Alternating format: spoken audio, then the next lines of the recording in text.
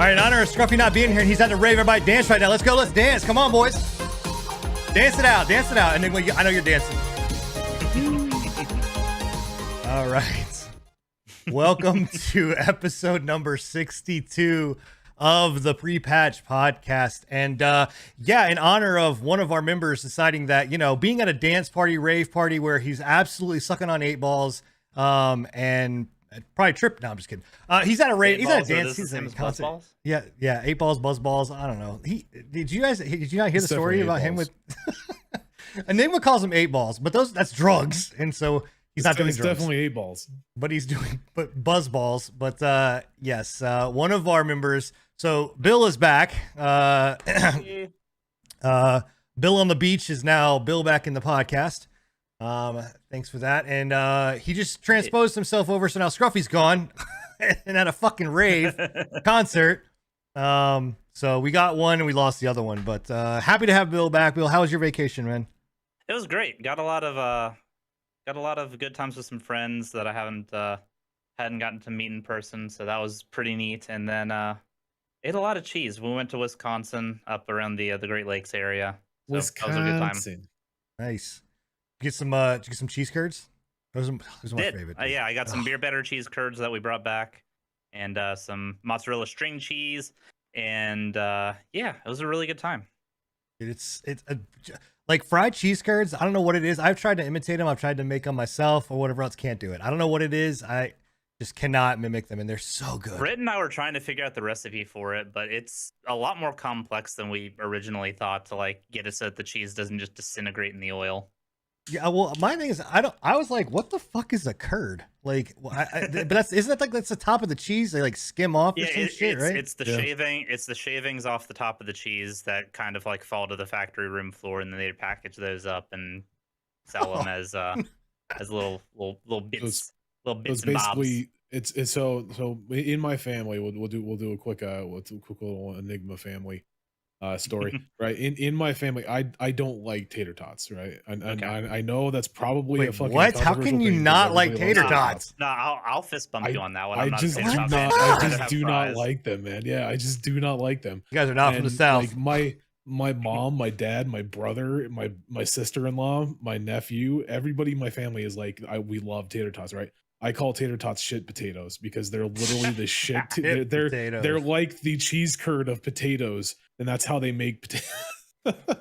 Sir, you are absolutely incorrect. How you are again? I'm with you 100%. I support it. You are definitely not from the South because like tater tots. It's tater tots, guns, and beer down here. That's how we roll. Shit potatoes is what I call them in my house because like I said, they're essentially the hot dogs of potatoes. They're like the lips and assholes and hooves. Well, it sounds like that's what cheese curds is. It's just the fucking leftover bullshit. So. Pretty much, yeah. That's what I'm saying. That's why I brought it up. Is because like cheese curd is essentially just the shit cheese from, other cheese products. Well, I think they're good. I love cheese curds, and I love tater tots. I completely agree with you. Bro, cheese curds are amazing. You take some cheese curds, you put them on tater tots with a little bit of gravy. That's a down south poutine, man. Well, it's supposed to be French fries, but it's amazing. God, it's amazing. Anyway, same thing, right? Yeah. No, you're saying that fucking tater tots are gross. No, it's not the same thing. They are. But we're happy to be back, guys. Again, welcome into episode number 60 fucking 2. It's crazy, man. 62. We're getting close to that triple digits. And like I said, we're happy to have Bill back. Thank you. From vacation. Happy to be back. Officially. And by the way, we can officially say we are top 200 podcasts for gaming in the United States. So let's go. Pretty impressive. Rising to the top. It's impressive. At least on Apple at least. I don't know. Listen, I figured that would be one of the harder ones to actually get to the top. Right, that's what I was thinking. But well, what's insane too is just if you really think about what the show is, right? I mean, normally we're 4 guys, but tonight we're 3 guys in a raver.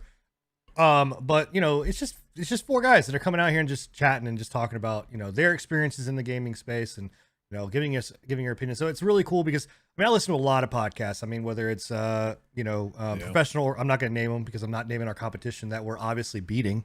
Just saying. But I listen to quite a bit of podcasts, and I think it's really awesome, you know, to be a newcomer on the scene and still be up there. So thank you for all of you guys that are listening. And if you aren't subscribed, go to anchor.fm/prepatch podcast and you can check out all of our episodes, minus 58, because for whatever reason, well, no, 58's on Anchor, but it's not on Spotify. It's on Anchor. It's just not on Spotify in video format. Yeah. So. Thanks to Twitch for deleting that VOD and whatever. Anyway, but take a look, go there, follow us. You can pretty much find us on pretty much any app that you want, right? We're out there. Or join us live. We do this every other Thursday, for the most part, live right here on Twitch and YouTube. You know, so you can engage with us, engage with the chat, answer questions, you know, ask questions, all of that kind of stuff. We make it very interactive, and 9 times out of 10, at least myself or Enigma will at least argue with one of you. So that is guaranteed. One of you will win the giveaway of getting argued or with. each other. Yeah, or each other.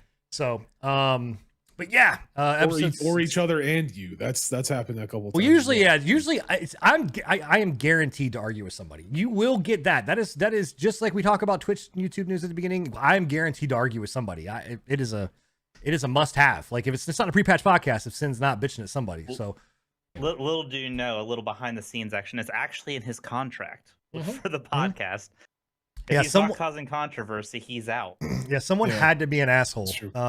And his contract is you have to be an asshole and you have to pay it for everything too. So, you know. Yeah. And you have to also produce everything and make sure that the stream runs properly. Yeah, it's okay. It's heavy lies the crown kind of thing. Well, anyway, again, super happy to be back and back to our kind of normal cadence. We had a little bit of issues there with power outages and sicknesses and stuff like that. So, we're back, and like always, we kick off every single episode talking about Twitch and YouTube news. And so I'm actually going to we normally do Twitch first. I want to do YouTube first because I don't know as much about this, and I want to turn it over to Bill. Bill, this is kind of your area. You know this, the situation a lot more in depth than what I do. So take it away for the YouTube. I call him the YouTube guy. What is this? What is it that came back, and why is this a big deal? So the Act Man, a few weeks ago to a month ago, I think we covered it on the show. It's a YouTuber that was he does kind of not exactly hit pieces on other YouTubers, but he points out like controversies or people that are kind of being shady as hell. But he had an issue with another YouTuber by the name of Quantum TV. It was about like gay, that kind of stuff. He was spouting a whole bunch of exposition on his channel and in his streams. In regards to that, Actman made a video covering like a bunch of controversies that this person has been through, and Quantum TV did a copyright strike against his video on him. And through that whole situation, somehow, and I'm not exactly sure how it happened, I think Actman was kind of lashing out on Twitter a little bit because YouTube was siding with Quantum TV in the copyright abuse case. And I think he made like some joke on Twitter about doxing YouTube staff or something like that. And that ended up getting his channel scrubbed. He got completely demonetized. They shut his channel down for a bit. I think it was for a solid month. He was off the monetization list. And just last week, he is back to being reinstated. That whole situation has been cleaned. He no longer has the copyright strike on that video on his channel. So he is back in business. Yes, he lost out on a month's worth of revenue, which really sucks if that's like one of your sole sources of revenue coming in. Right. But at least he has his channel back. At least he's not, because from what I understand, once YouTube decides you're not getting paid, it is like it's done. Yep. Yeah, you're done. There's nothing you can do about it. You can't make a new account and get that account monetized because all of their AdSense and stuff goes through social. I was about to say, I security. think we've talked about this a couple times with me. That's what happened with me back in the day. Was like I had I won't get into the whole story, but essentially I got fucked over by another person that I was working with, and they botted my my AdSense account, and now I can't do AdSense. They pretty much ban you for life, essentially. There's no getting past it. So it's bad news, man. Yeah, but that's taken care of. It's a good ending to that situation. It really doesn't do much for the underlying issue of the whole thing, which was the copyright strike being abused issue, which started the whole fiasco. YouTube still has a big problem with that, but at least there is some justice in this situation. So essentially, he Yeah. was demonetized because the other person got pissed off that he was basically created drama around all of this, right? He felt attacked and then basically said, "Oh, he's using my content for his content," and that's how he got demonetized. Yeah, Is that kind of the basis? Essentially. He was abusing the copyright system on YouTube, basically overlooking the fair use argument and just copyright striking anything that had his image or videos from his stream or YouTube videos. I think he made, from what I'm seeing here, it was 2 videos on the subject. It was the initial video and then a video that covered the copyright strike. Both of those got copyright struck. And then in frustration, what actually got him demonetized and his channel like plugged for that was him kind of lashing out on Twitter. So how does like making the doxing joke? So what is YouTube going to do in regards to or handle with live streaming? Because a large, especially as they're pulling, with this news as well, we can, also talk about too. Like we just had Lily Pikachu and Myth now come over well, I can't say come over. They left Twitch and went over to it's Lily YouTube. Pichu. She's an Lily unevolved Pichu. one. Okay. Lily Pichu. Sorry. She's the tiny cute one. Yeah. Okay. Lily Pichu and Myth go over there. Not that they're IRL or street. I think Lily is definitely more IRL than Myth is. But how do they handle the reactionary type of content? Like, are these streamers just kind of doing it off of TikTok so that way they're not using somebody else's YouTube content? I think TikTok's a big like loophole to the whole situation. I do know YouTube, if it flags in their system, like if they play something that trips the YouTube system, it just black screens the stream until that content is no longer being played. So wow, that is a way that it goes through. I don't know how it works in the sense on like if you're watching something and then somebody manually copyright strikes you during live, how that affects things. I think they shut down your stream. I've seen plenty of like political stuff like where they do coverage of like the presidential debates and everything like that. When it comes down to like certain sides, they'll flag the live stream and then YouTube will go in and completely shut down the live stream. Like to the point where they're still streaming, but people that are watching it it just shuts it off. Okay, so it does the black screen thing like what they do with somebody playing somebody else's video live. Gotcha. As far as I know, I don't know if it's just a black screen or the entire stream just gets shut down for people. Like it still shows that they're streaming on their end, but like when you go to the actual picture, it says something like this video is no longer available or that's exactly it. Lines. Yep. Yeah. So it'll still show that they're live. It'll still show from the streamer's end that they're technically live, but I think a notice pops up in their streaming window, like in their YouTube live stream window, that their stream is being blocked or something for... I don't even think it does that. At least for the few that I know of, like they didn't know. The one that I do know of is like Steven Crowder has done it a couple of times where he'll be like he'll just be sitting there and then he'll get like a comment on one of his other live stream sources that they're like, hey, we can't see you on YouTube anymore. And he's like, oh, well, that's the first I've heard of it. Well, YouTube hates Steven Crowder anyway, but we're not going to go. I'm pretty sure that's how they handle it. Yeah. Well, they need to fix. I will say, not now, because I never thought about it like in the sense of just chatting, which is the number one thing on Twitch. Like it trumps every other channel. Just chatting it trumps it, and that's something they got to fix, because Asmongold, like these guys like that literally sit on Twitch and will watch other people's channels, whether they're getting permission or not from, and a lot of times they're not, how these other content creators that are on YouTube look at it. Like he's done like like Stoops' stuff, all these other different creators. They're like, oh, this is promotion, but he sits there and talks about YouTube channels all day long, like for hours on end. Like he's won't be able to go over to YouTube and do that. Nah, it's definitely a more slippery slope when it comes to that, at least in the live streaming space. Fair use is usually pretty good about like YouTube's usually pretty good about honoring fair use in the majority of situations. Obviously, like with political and stuff, it becomes a very slippery slope, as it's with most social media sites. But as far as like that's a as far as like rough reactionary one as well. content and stuff like that, they tend to be fairly open to fair use on that, unless or somebody's manually claiming, and then it has a lot of gray area. Yeah, that's a rough one as well if you think about like copyright infringement and copyright law in general. Like, in order for it to be transformative and or like informative, in order to get past the copyright infringement or something like that, it has to be at least 20% different, and or it has to be educational in some kind of nature.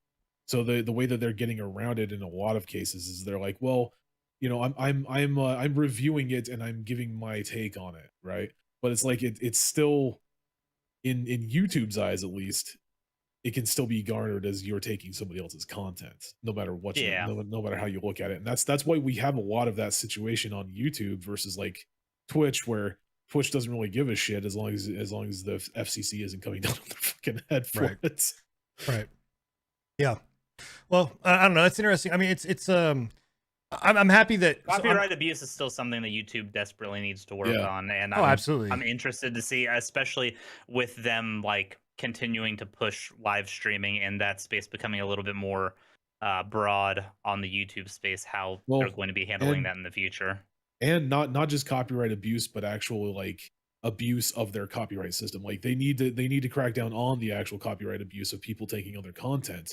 100%. That's what I meant. They also, that's I'm just trying to clarify it. Yeah, I'm just trying to clarify it. Is like they still need to do that. Yes, it's still rampant on YouTube, but they also still need to crack down on people abusing their broken and flawed copyright system in general. Well, I mean, it's really bad. It's really rough. That was the primary point I was making. Thank you for clarifying. I got you. It's also too, because as they push YouTube Shorts as another way of short form content, right? Like if you look at TikTok, like TikTok is nothing more than just reused content, in most situations, but it's still it's I don't know, it's an interesting I do hope that YouTube. You are a resident TikTok expert, so that's very true. I am on TikTok quite a bit. I do sit around. Sid is our 14-year-old female on stream. Look, you know what? I gotta get my TikToks in. It's a great toilet time. No, actually, there's a really good documentary. If you want to see how dangerous the TikTok algorithm is, there's a documentary on Hulu or Amazon called TikTok. You should watch it. It's crazy scary when they talk about the algorithm that TikTok has and how powerful that algorithm is. Speaking of TikTok, is it still going through legislation right now to try to get TikTok banned in the US? Yes. Or did that get shot down? Nope, it's still going on. It's not an ongoing Gotcha. thing. It's wildest thing about that, I know this is a segue from what we were talking about, but the fact that there's so much difference between the US version of TikTok and the Chinese version of TikTok, and what they actually like push out to US public as opposed to their public.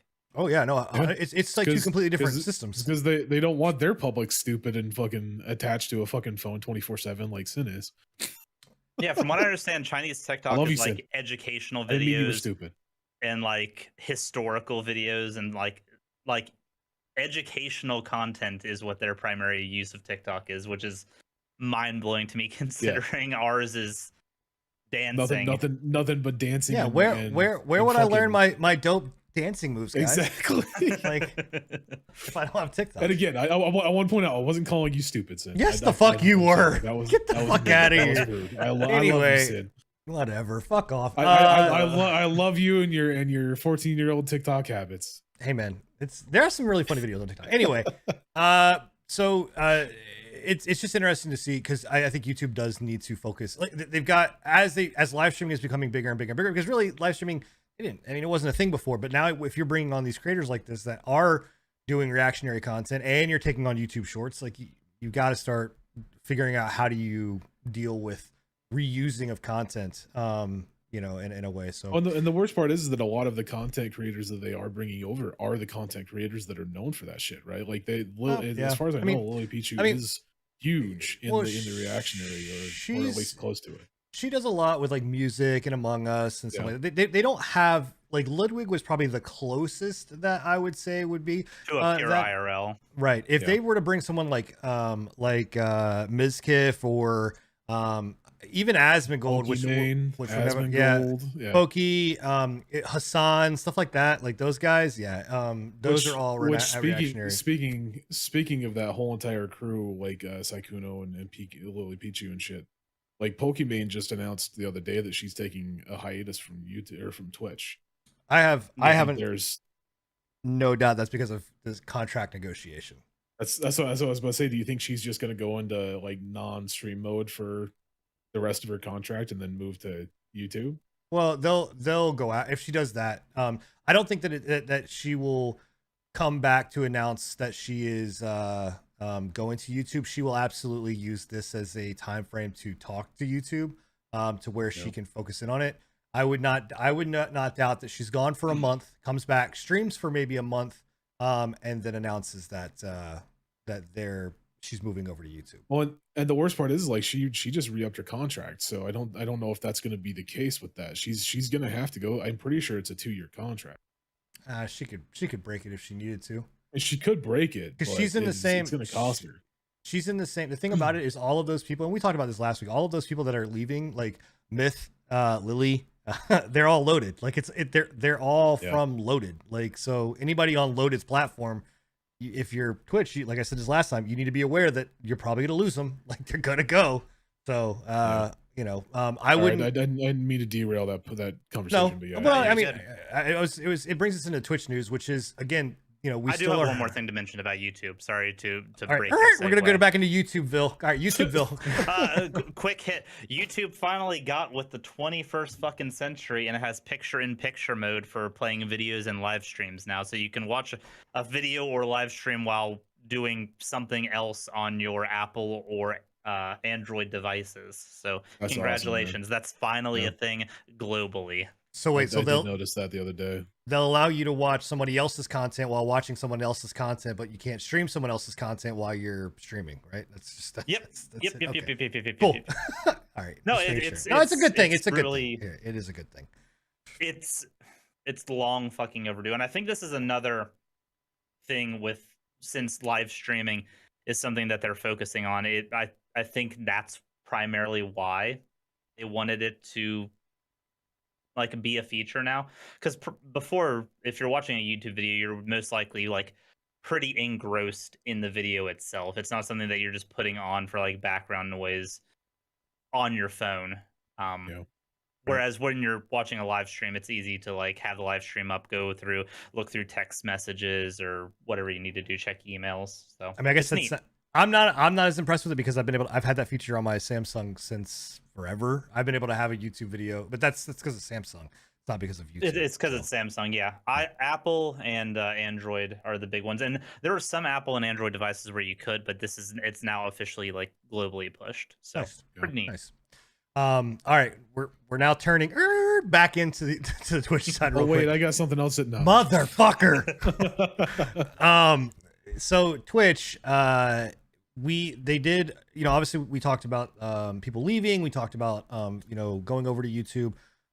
What it looks like to me, 70,000, you know, feet up, kind of looking down, is that with YouTube becoming more and more in the space, taking this a little bit more seriously, it is forcing Twitch his hand to start doing things that are I think needed, right? But it's still not, not talking about massive shifts, right? We're talking about incremental changes that are going into beta that I think are important and are awesome little features, right? Last week we talked about the changes. We're talking about like the podcasting kind of feature that they're bringing into beta, which we're kind of all excited about.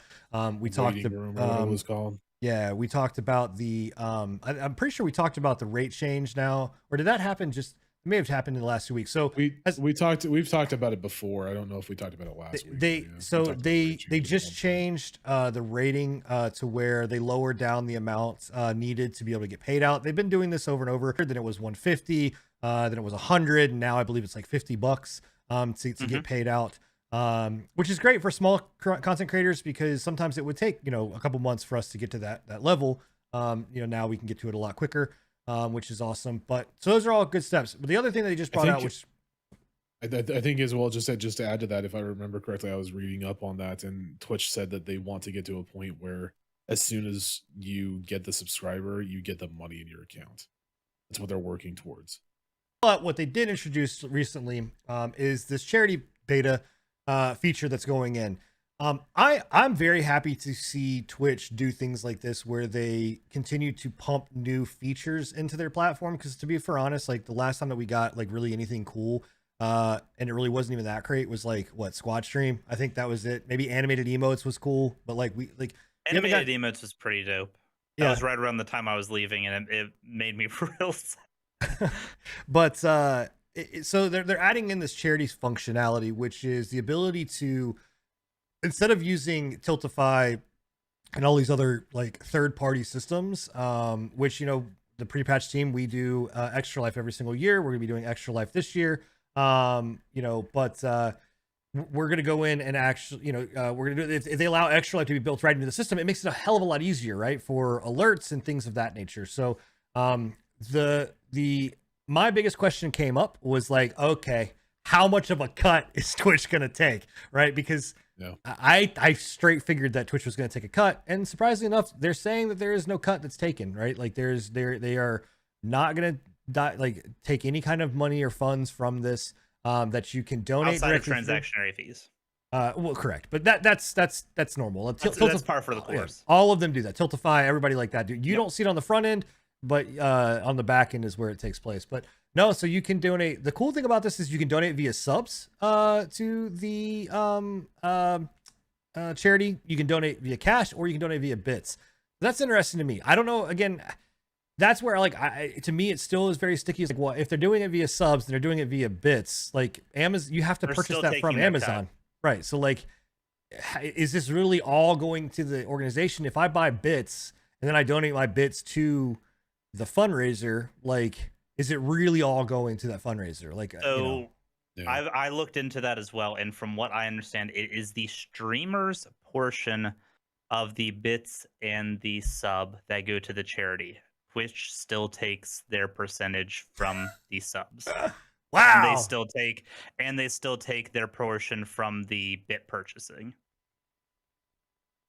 That's pretty fucked up, man. That's what I've looked up and what I've researched so far.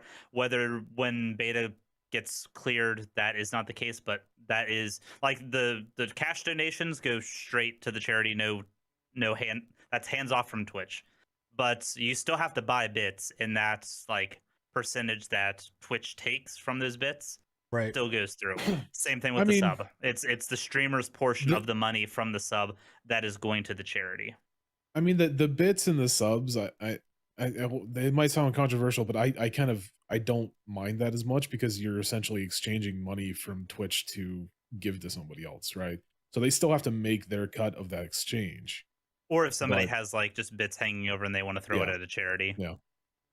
I mean, I guess, I don't know. If it's me, like, I would just be like, fuck. The subs thing feels a little bit. I'm not wanting to say scummy, but it feels a little bit rude.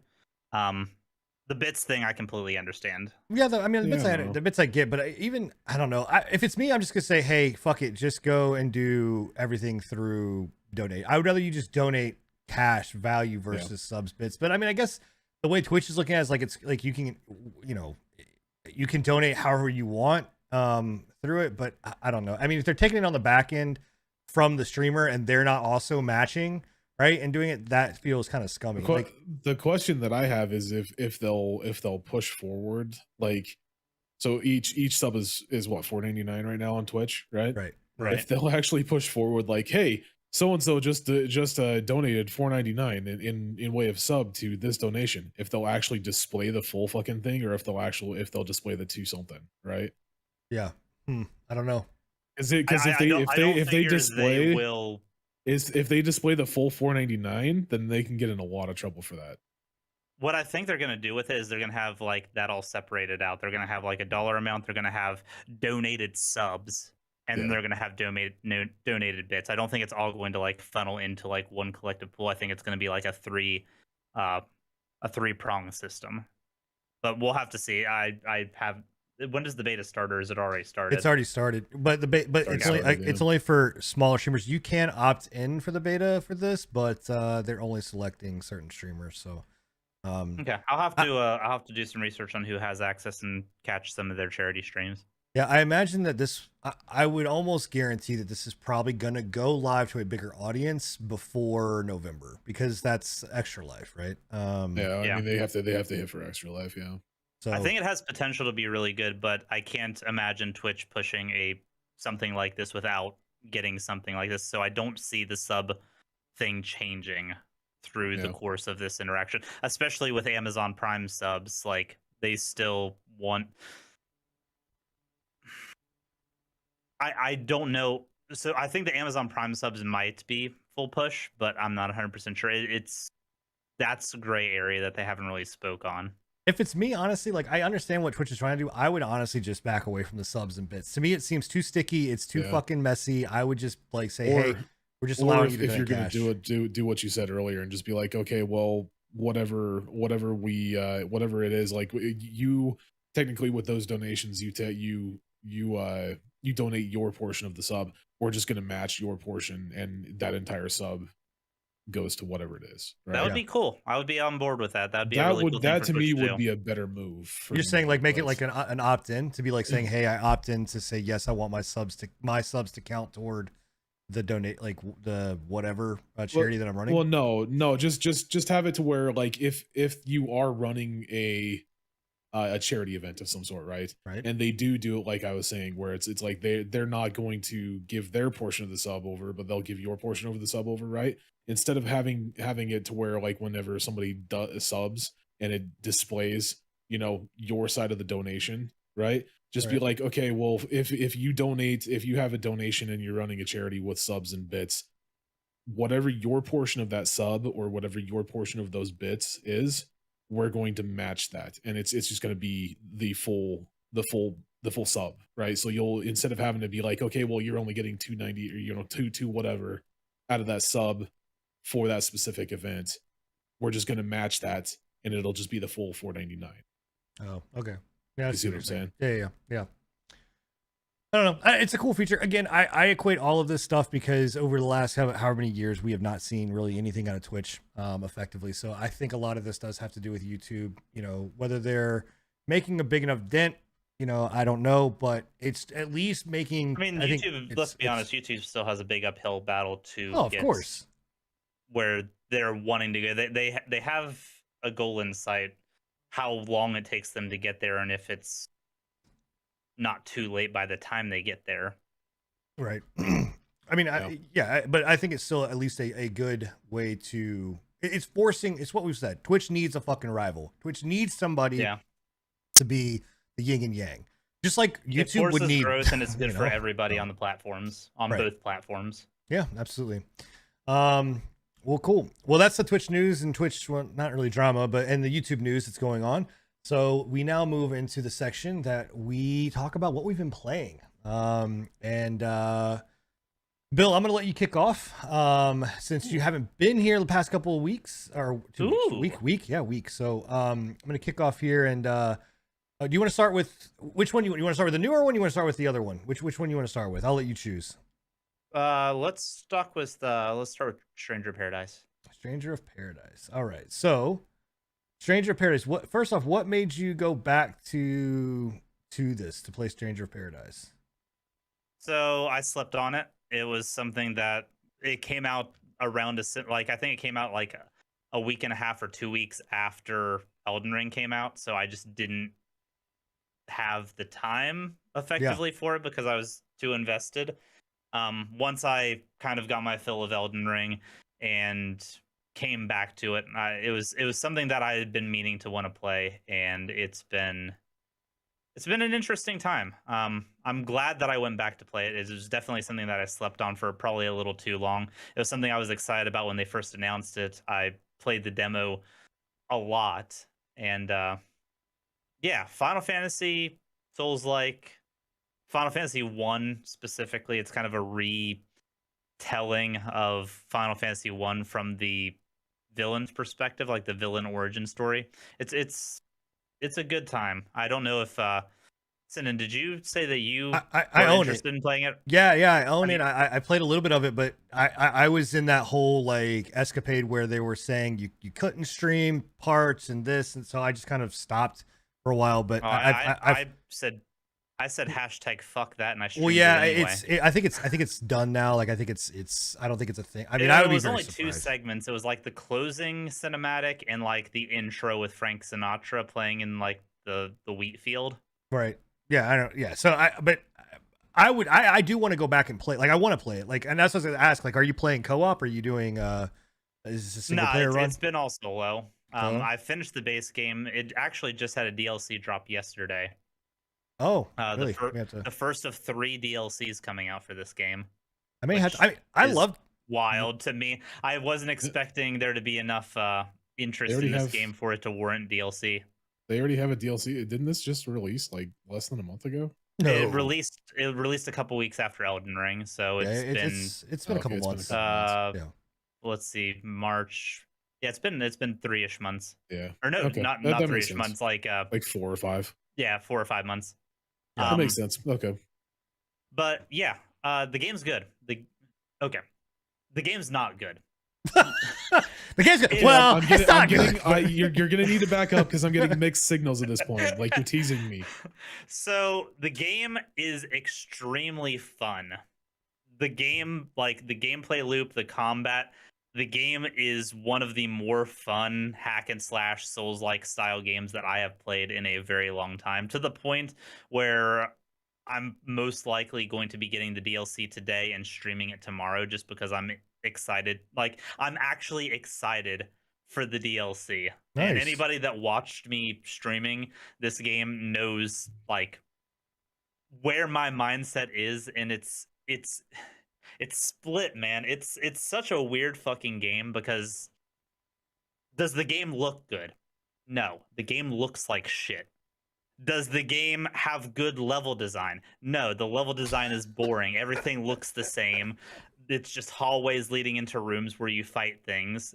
It's not that great. But I don't know if it's the Souls-like fan in me. I don't know if it's the Final Fantasy fan in me, or a combination of the both.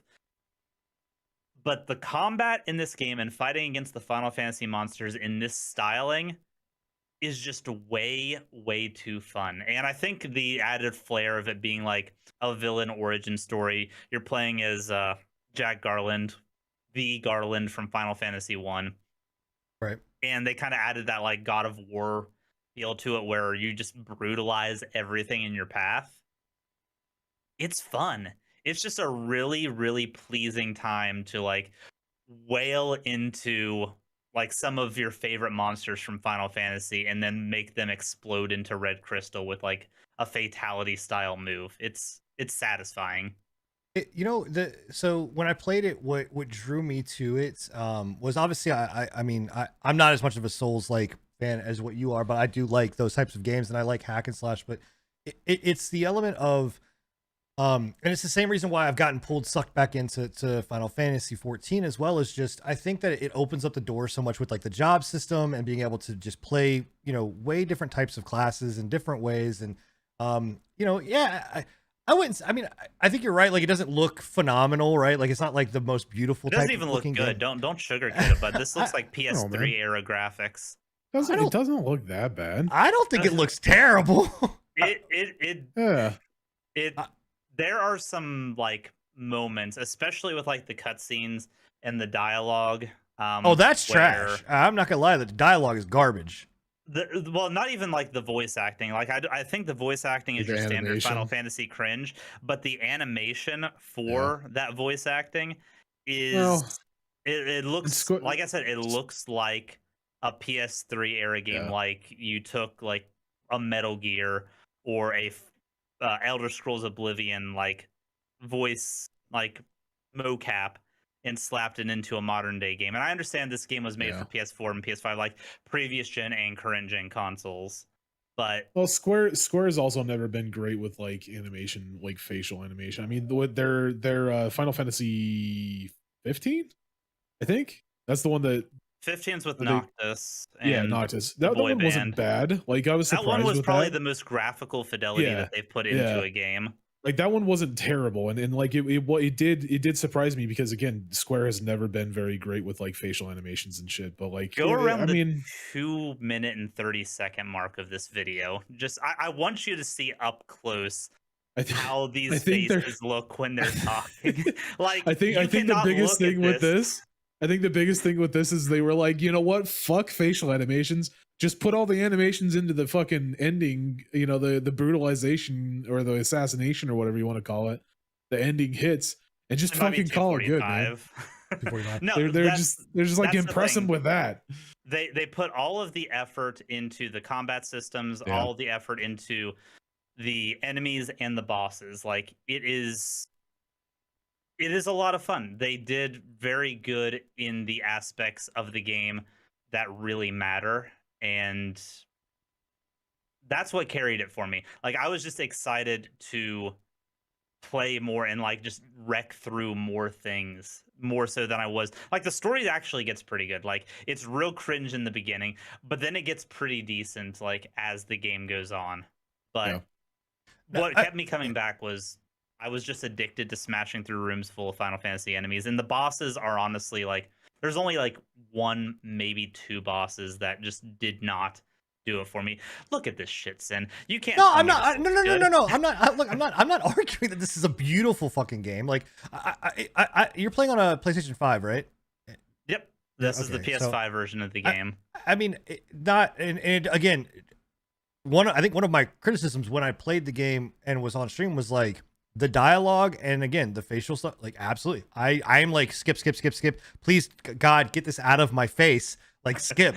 But it is like you're right. Like the combat of it, the feeling of it, like the play, like that, and honestly, The combat feels that's, good. that is the And important part. Like I love the fact, like some people bitch and moan because it is a game where, and I don't know how you feel about it, but like it is a game where you get a lot of shit and you are in the menus quite a bit. Like you're in there, like switching out your gear, changing your shit out. You know, I was in there every 5 minutes you're But going in and auto equipping. like for me, I loved that. Like I loved it. Some people hated it, but like I enjoyed that. But For again, for me, for endgame, I can see it. I never messed with it that much. I was an auto equip Andy, where I Right. just let the game put the best gear on me that it thought I wanted. And honestly, playing on hard mode, I didn't need to like manually min max my own gear. I was able to auto equip all the way through the game, no problem. what I can say is that what it has done, it has made me like that graphically looks great. Like if you're talking about fighting, like I look at that and go, that's and beautiful. I brought that up in the video Yeah. that I put out today about it because I had to get it off my chest. Like everything that this game did went into the actual gameplay elements, the combat, Which is good. the monster design, the particle effects. Like that is passable on a graphic level, but it is exceptional in a gameplay format. I mean, like the you're- Neo people, like this is from Team Ninja, the same people that did Neo. You can definitely get a Neo feel to it, but I like this significantly more Yeah. than Neo. Like the Well, same. stance system in Neo is cool, but I feel like the job system in this takes that to another yeah. level. Yes, you're not able to like there's not as much ebb and flow with the individual weapons, but given that it's Final Fantasy and given how much flexibility those jobs have and all of the finisher moves that those jobs come with, that more than makes up for it. Yeah, no, absolutely. And again, graphically, you're talking about someone that plays Project has played Project Gorgon and didn't mind playing Project Gorgon. So I'm not that person that's going to be like, And typically, graphically. I'm not either. Yes, I just you are. What are you talking about? Not What? not you, Bill. Him. No, on certain things. Again, it's understanding on certain aspects. There are areas where I'm like, graphically, this looks like shit, and you're trying to pass it over as being amazing, beautiful, whatever.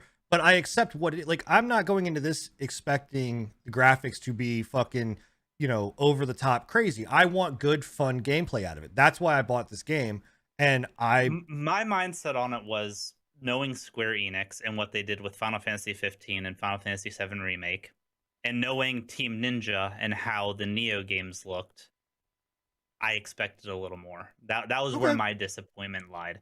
Like Neo 2 puts this game to shame graphically in almost every way. See, I never touched Neo 2. but- Was it? so. I enjoyed the gameplay of this significantly more.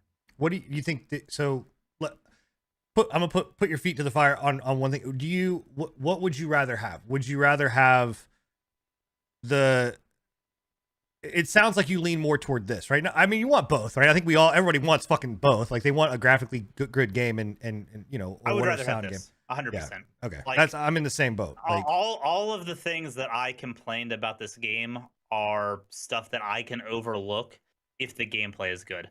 Whereas on the opposite end of the thing, the game can look amazing. It can have the best voice acting ever, like top tier motion capture, everything like cinema quality. But if the game's not fun to play, I'm not gonna fuck with it. well, see, and that's why like I never went to what's that, the Quarry, or that those games that are in that I forgot what it's called. It's like the Dark Picture anthologies. Yeah, anthologies, because I've watched people play numerous amounts of those games and watched a full playthrough, and I'm like, yo, graphically the game is beautiful, but gameplay wise, this game just does not seem fun. They're not. Those games, it's a lot harder to.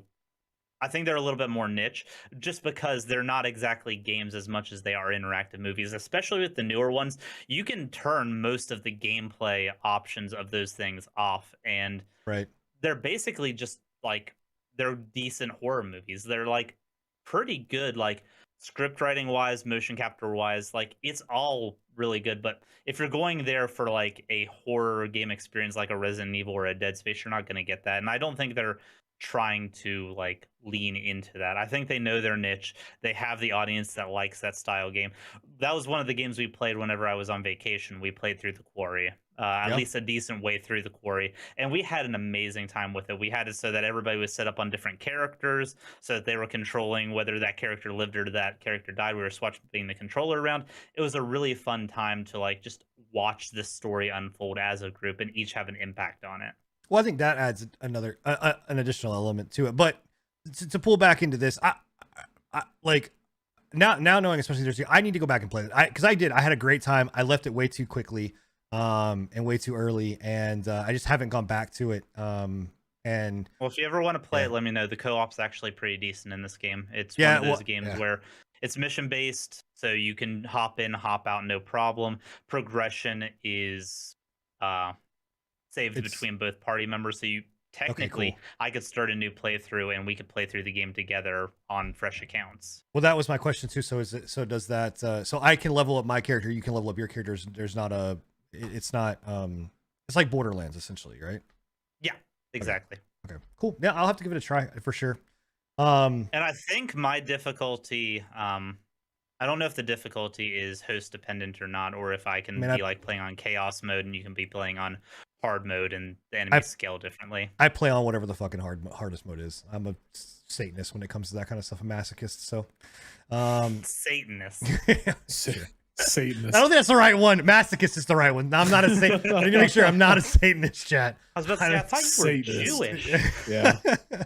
Yeah. Okay, so the other game that you've been playing, and I'm really interested to hear about this because I know that me and Enigma are definitely on a different side of the post between you and Scruffy, and Scruffy's gonna have, I don't know, you're gonna have to embody Scruffy's side here because he's not here to talk about it. But That's fine. That's fine. I think even expected Scruffy's this day played was it going to yet. come soon enough. what? Talk to I don't me think about this. I don't think Scruffy's played it yet. I know. I don't think he has either. I don't think Scruffy's played any fucking thing. His job is kicking his ass. So, all right. Talk to me about Cat Simulator 2022. Dude, Stray. It's a really good game. So it's an indie game that came out on PlayStation and PC. It is a game about a stray cat at first, and then it kind of develops into a kind of dystopian, like futuristic thing. No spoilers, The right? We're not story giving we're not giving any Yeah. spoilers out, right? Okay.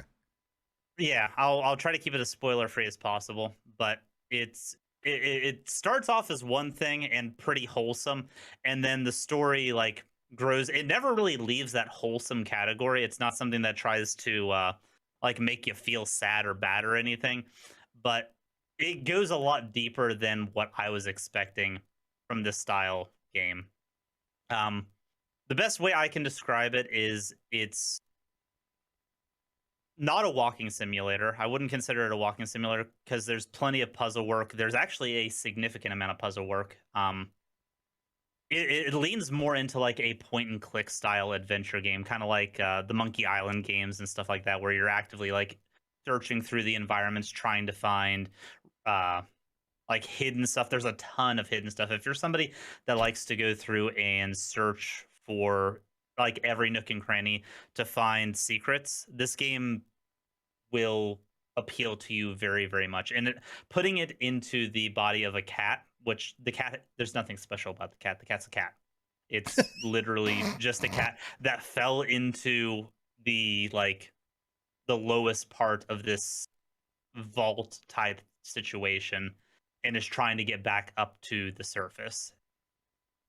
Huh. So, okay. And the cat's not even the main character of the game, to be perfectly honest with you. And I don't think this is much of a spoiler because you figure it out in the first like 20 minutes of the game.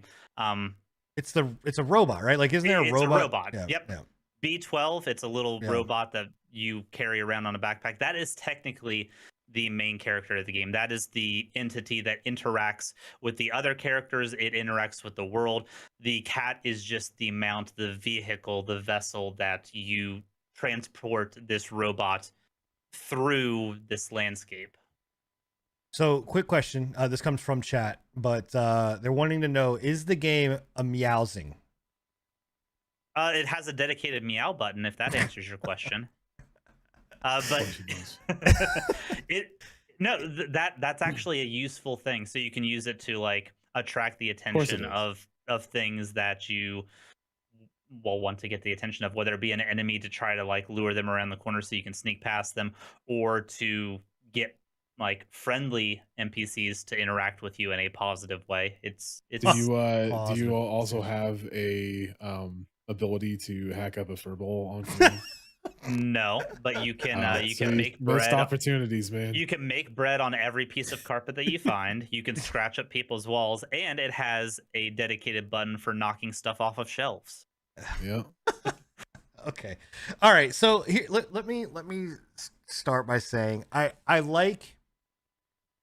embrace innovation in a way that, you know, thinking outside the box, right? Like I think, yes.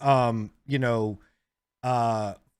taking puzzle games and taking exploration into a different world, into a different setting, and using the eyes of a feline or a cat or whatever. It's a cool kind of idea, right? To just, then versus just saying, because they easily, like realistically, they easily could have just said, this is a fucking human, right? Or a robot, and you're going to play as that, and that's it. You know what I mean? And then I do think that it would have lost some of its appeal, right? Some of the thing that it's here is because it's a fucking cat. Like, I have watched so many fucking streamers sit. I don't even know if they've gotten even 20 minutes into the game because they haven't found the little robot thing. They are literally just sitting there fucking being a cat. And I'm like, yeah, I don't know if you've noticed, but every time I meow, you don't have the sound on, but every time I meow in this section of the game, because the camera is trying to like send me to where the little robot's at, anytime I meow at the camera, it nods at me and then points where I need to go. Huh. So it's a way of doing a waypoint system, right, without having a direct waypoint system. Like the neon lights will like flicker in the direction that it wants me to go. The camera will nod to point that I'm going in the right direction. It's good environmental storytelling, and everything about this is like, it's from the perspective of a cat, but the environmental storytelling is the selling point of it. There's no HUD. You never get a HUD. You never get a menu outside of like pulling up stuff from the robots to like have it talk to people about. Is it like explain or just go through kind of, I guess, or talk to me, or you know, what is the world? Because I'm watching you do this, right? Yeah. Is there and then the lights are pointing me to where I need to go. Is it feel pretty open? I mean, do you feel like you can kind of go where you want, or is it pretty like, is it kind So of the game is broken up into segments.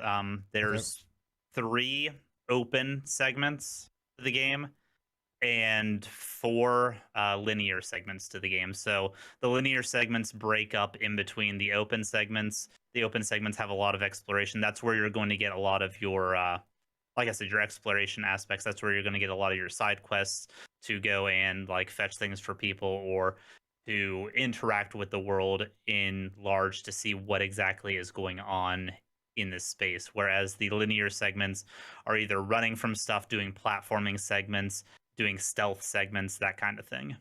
Okay. But okay. Because that was one of my things. It's like, is this just like, is it really open where I could just fucking go wherever I want, do whatever I want, or is it more kind of closed off and it though open in a way that it can still guides you in a direction that you want to go? I don't know. I mean, look, my thing about it is this doesn't interest me, right? Like I like puzzle games. I don't, and I'll be honest, right? I'm not a cat person. I don't care about. I'm not that. I'm not fucking, a cat person either. I think cats Yeah. are the devil. I think their sole purpose is to cause as much chaos as possible. And I grew up with cats, and I love the cats that I grew up with. But I think 80% of cats are out to make. Are you people about to knock suffer. that off? Man, I swear to God, I can tell you right now, my blood pressure already went up. 100%. Already You went can up when you climbed on those fucking books and knocked them over. I was like, that motherfucker, bro. Pick that shit up. You fucking did that on purpose. Yep, Like- you can do that. And like I said, anything that's like high up on a shelf, like ceramics or paint cans, you can knock that shit right off too. You can be walking in the street and there's an NPC walking through. You can run between their legs and trip them. I'm making bread on this carpet that I found. So essentially, instead of this being Cat Simulator 2021, this is just asshole Cat Simulator 2021 at this point. That's what I'm getting from this. They wanted to embody everything that was a cat, and there's a lot of pop misconceptions. Well, not misconceptions, they're all true, but there's a lot of stuff that is memed about cats, and they brought that to the forefront, and I think that was a good thing. Like cats stepping on keyboards to communicate with the robot. What cat owner out there hasn't been working on something and the cat just comes up, steps on their keyboard, and then lays Yeah, they give down? no shits. Yeah, they give no fucking shits. I wonder if this game would have worked if it wasn't a cat and was like I said. Well, I guess I want a dog, bro. Okay, like they're I would like they for need this to have development a studio to do a like spiritual successor with yeah. the dog. They I need to think have that would like be dope. a DLC that's like Goodest Boy Stray or some shit.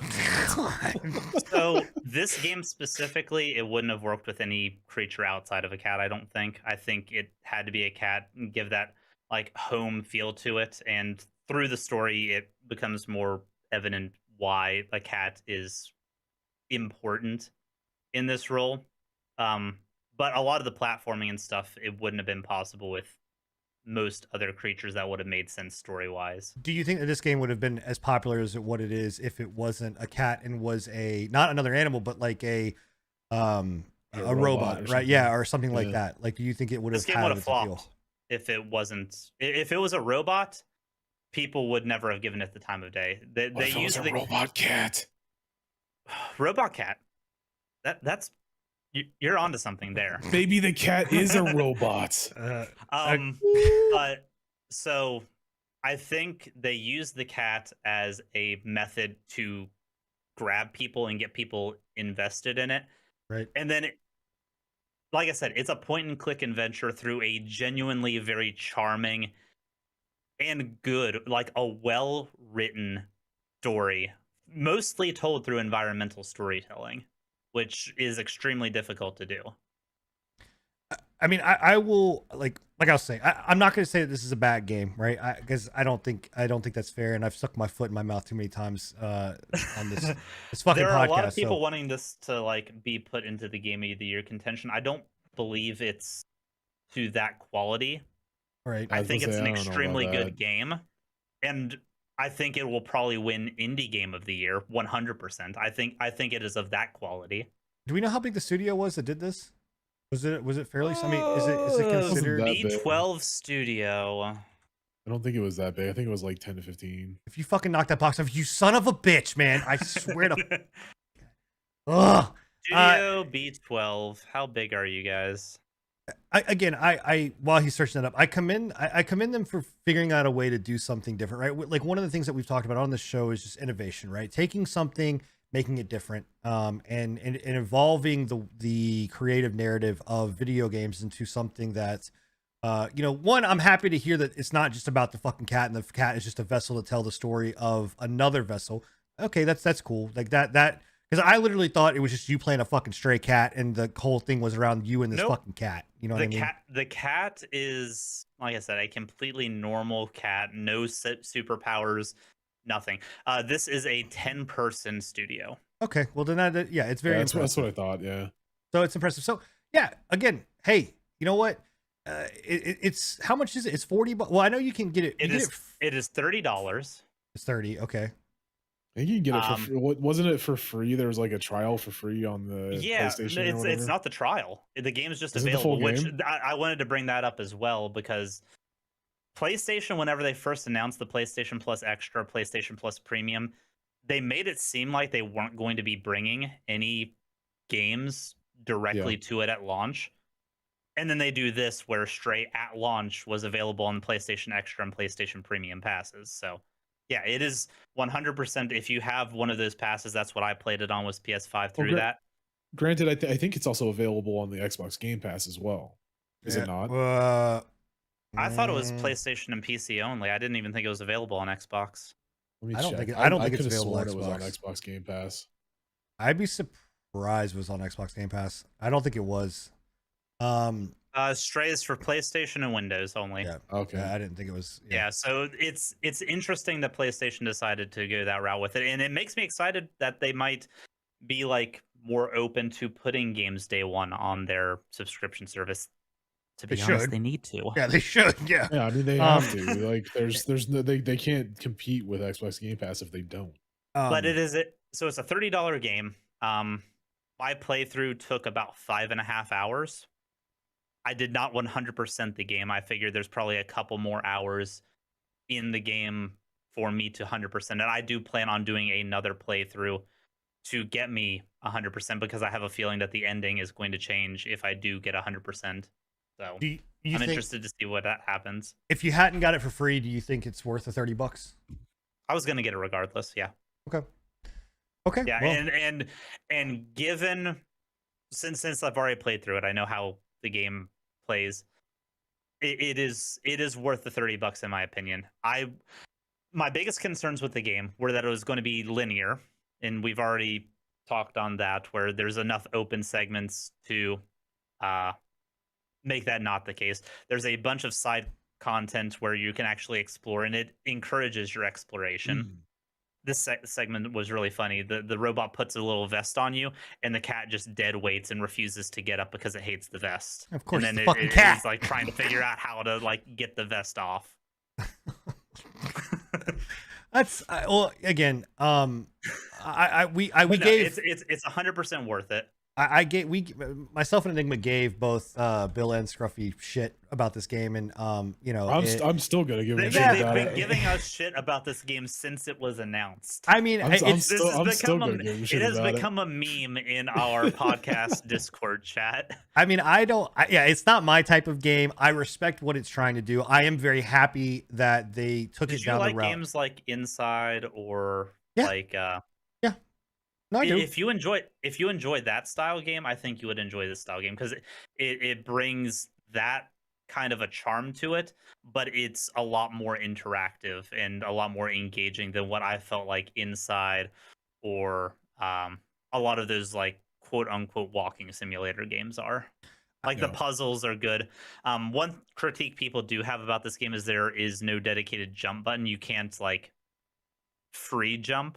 It's all based on like Contextual. aiming the cat and like jumping, like any of those X's that shows where you're going to jump to. That's how they do the what were they platforming in this game. So expecting? Like, were they expecting like Assassin's Creed fucking parkour shit with a cat? Like, I think some people were wanting that. I think the game would have suffered if they hadn't like restricted where the cat can jump to. That would have been a weird one. Yeah, It would have been extremely weird, and I think it would have been janky. I don't think it definitely would have been janky, because fucking Assassin's Creed's parkour is janky. Yeah, so I think them like restricting where the cat can jump, what the cat can jump on, it also opens them up to having more specialized interactions with the environment, which I think is good. Yeah. Cool. I mean, good on them, man. Like for a studio of 10 people to put together a game like this, like I give a shit, but it's a beautiful game. It looks really nice. It looks really pretty, and the mechanics that they did for the cat and everything like that, the animations and everything look really stunning. It's just Yeah. not my thing. No, and that's acceptable. I think they came into this realizing that it was going to be a niche project. And I'm honestly surprised that it gained the following that it did just from the announcement. Like that blew my mind how hyped people were for it. So Cool, I had a cool. really good time with it. There you go. You can go play Stray on PlayStation for free if you've got their subscription model, or you can pick it up on PlayStation and or Steam for $30. So go have at it. All right. So moving on to myself, I want to first and foremost apologize because I was hoping to have As Dusk Falls ready and queued up to be able to talk about. Unfortunately, the last 2 days I have not been able to stream. I've just been super tired, super exhausted. I don't know from what, but it just wiped and I couldn't do it.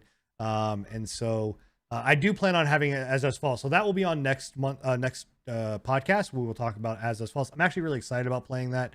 But we'll talk about that next time. But I have been playing, and I can't believe I'm saying this.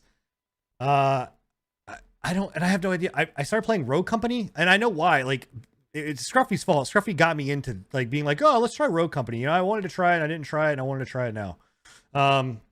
So I was like, okay. So like fully expecting to play this game for all of about fucking 15, 20 minutes.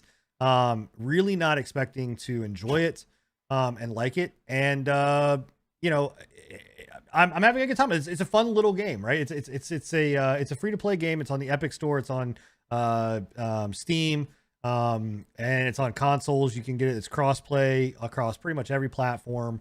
You know that it's available on, and it's a class-based shooter where you have different characters. They all have different abilities. And you basically go in. There's 3 different game modes. There is a strikeout, which is what I'm playing here. That's my preferred method of playing. Where basically there's a point, King of the Hill style. You have 16 lives per team, and you're basically supposed to control the point. The longer you control the point, the more points the other team, like lives, the team loses.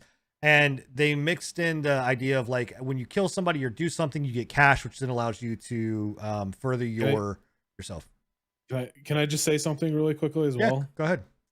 Like this game, fuck this game. I'm gonna put a copyright strike out on them because they used my likeness. Oh 100%. My god. 100%. So bro. if you can, I had that shit made before this game was out. No, you did not. Their fucking yes, I did. No, you did not. Oh my yes, god. I did. He's talking about a character called Glitch, which has a fucking face. I'm not. It resembles what Enigma wanted to make. I don't know if I can. Doesn't resemble. It's exactly like my fucking face. I can't. I didn't play his character so they could see it. Just if you get a chance, go look at Rogue Company Glitch. It's the exact like legitimately down to a T. It has a different outfit. I'm like, motherfuckers. I'm trying to get to a point where like where the guy picks the character. Oh god. But while he looks exactly like me, man. I'm like, what the fuck? Well, okay. Oh, I might be able to get it here. Hold on. I think it'll be here. You'll be able to see him pick this person. But in any case, so they you know, it's 5, and then there's a mode that's like search and destroy, and then there's a team deathmatch. There's the character. You'll see him when he's picked. When he walks by, you can see it. It's what Enigma is talking about. It's called Glitch. It's the guy with the little smiley face. It's a cool little fun thing. What I'll say is that this game does really well. Does it do like shooting really well? No. Does it do anything super superb like from a gameplay perspective? No, not really. No. The map design is very, very good. Like the map, there he is. Okay, hold on. There he is. This is who Enigma is saying is his character that they fucking took his shit. Looks exactly like my fucking character. That is bro. He's even doing the smug face. Yeah, that's what I'm saying, man. Oh my god! And I had that shit made like a year and a half. No, before you this did not. This game has been out. I did. This game has been out. Has literally been in early access for so long. Whatever. Sid, We're not arguing this point. Go take it to high for res. 3 years, bro. Go take it to high res. Go take it to high res. You can deal with it from them. But it does map design very, very well. A lot of these games give you like a feeling of you can only come in from like 2 or 3 angles.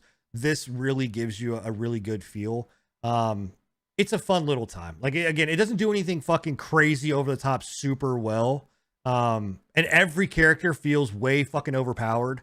So that's good though, right? Yeah, Everybody's I'll overpowered, tell you. nobody's overpowered. I'll tell you how to win as well. Just get an SMG and you'll be golden. You'll be a god. Or the SMGs are the SMGs extremely blatantly overpowered. overpowered. Yes. SMGs are so here's the thing about the game too is like you buy different tiers of weapons. So like what you'll notice is like when I play this character, and this character specifically is a character that I can revive myself. So if I get down, I can revive myself once. And I also have the ability that if I kill somebody or put them what down, you're saying is you're bad and you need help. I'm saying that I don't really trust my teammates to come get me. You're absolutely right. That is rough. That is actually accurate. It's like nobody picks people up. It's ridiculous. But you like I will go and just completely upgrade my weapon first and foremost because like it makes like you are putting more bullets down range and it's a higher tier of damage. I will say though, I've been playing more and more and getting it against more skilled players, and they are wrecking shit with like an AR or whatever. Yeah. So I don't doubt it. I'm just saying so fast in this game. Yeah, Holy. well, that's because a lot of people are running around with SMGs and they literally just put an entire clip or an entire magazine in you in like under a second. It's there's quote unquote build variety, I guess. Like I mean, there's isn't. I don't want to make this out to be like you could have a completely different build than somebody else. You really can't. Like, but it's a fun, enjoyable little experience. Like you go play it, you have a good time. It's completely free. You know, it's not bad, man. I gave it a shitty review the first time I played it, but I think we played it like what 3 times. 3 or 4 times, yeah, 3 or 4 times, yeah, 2 or 3 times, something like that. And it's not bad. Like it's not terrible once you get the hang of everything. Yeah, it becomes a little bit easier, but it definitely it's not my game. Like I think you said it best one night where like when it comes to shooters, Enigma shooters are the slow and tactical, not the this is not you're gonna play Siege with me is what you're telling me. Laced out on crack and shooting like cracking 90s on your ass, bitch, that kind of shit. Yeah, no, you'll so you're like, gonna play Siege with me. I don't know about that. Like this game, you will, if you come and watch my stream when I play this, or if you go watch any of the other VODs that I play, like absolutely this game, it hits a Sinan level because it is a situation of like, I will fucking leave my team, go all the way behind them, come in behind and wreck shit, and then just completely steamroll. Right. And like, I will give 2 fucks about objective. I'll give 2 fucks about my teammates. I am literally just back there just wrecking shit. He's not a team player. But we win. Like, because again, it is a very much of like that cracked out experience of it's about being fast. It's about rolling. It's about throwing grenades. It's reactionary. This reminds me of what Fortnite was before Fortnite went into the building phase. And like, I was about to say it's like a lot of like Fortnite or maybe like Outriders if Outriders had a PvP. Yeah, I could definitely see that. Again, Fortnite it hits on very, very well. They do a good job too of like their characters feeling different and everybody feeling overpowered. Pico Park is completely separate. I don't want to hear that, Buns. Get that shit out of here. But yeah, I don't know. Anyway, it's free to play. Go try it out. Like, you know, there's literally no reason not. If you have a group of friends that you can play with, go in there, have a good time, dick around. It's a fun time to do that. So I will say if you can do like actual teamwork, like if you get a decent like team that's able to communicate really well, it does become extremely easy. Like you can pop fucking points of interest and shit like extremely easily. So it is fun. Yeah. I enjoy it. It's a good time. Yeah. The other thing that I have gone back to, and we're going to show the trailer off for this. I just went back to this actually last night because the update just came out. If I gotta say, man, No Man's Sky. We talked about this 2 weeks ago. Yeah, it's you're still got the hooks in you. Yeah. I mean, it's definitely and they just keep doing more. Didn't they just announce a new update? That's what this is. They just brought out a new update. They just brought it out. The No Man's Sky Endurance update just came out. they made it to where your freighters now are living freighters. So what you're seeing here is like there's lush environments on your freighters. Things are actually growing. You can craft stuff in it. You can now go outside your freighter and walk around outside your freighter. They made it to where the asteroid belts are more unique and cut and different and like more. Let me preface that with also the frigates and the freighters are more living, which means that they have people inside of them moving around. Yes. But they also made living freighters, like actual living freighters, like an organic, completely organic ship. Yes. Yeah, I think that's one. No, that's the Leviathan, I think. Or maybe that might have been one. But the Leviathan is essentially the same thing. It's just a Leviathan, but instead it's like a dude. frigate. Yeah, that's it right there. Yep. It's so it's just I'm gonna loop this. It's so impressive, like what they have done with this game. And what they continue to do. I think at this point we're beyond what they initially promised with the game, and we're way just beyond. Like they're just in the fuck you territory. Like, keep doubting us. Yeah, well, I think at this point, what I really see them going down is as they continue to progress this, is they're basically going, hey, you know what, like we're gonna turn this slowly but surely into kind of a more like a massive multiplayer experience in a world of allowing things. Like, I have no doubt that they are going to bring a PvP element into this game, because I'm seeing more and more and more that lean into this idea of bounty hunting system, and patrolling system and things of that. Dude, I'm excited.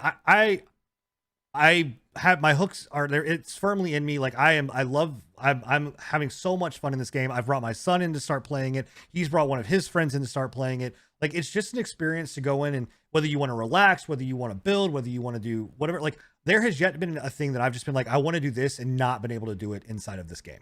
Dude, No Man's Sky is wild, dude. Sean Murray heard all of the criticism that people gave whenever the game initially came out and took it so personally. Well, good. It was rightfully so. I mean, he straight lied to a lot of us. And he straight up lied. But the thing is yes, it was a lie right out of the gate.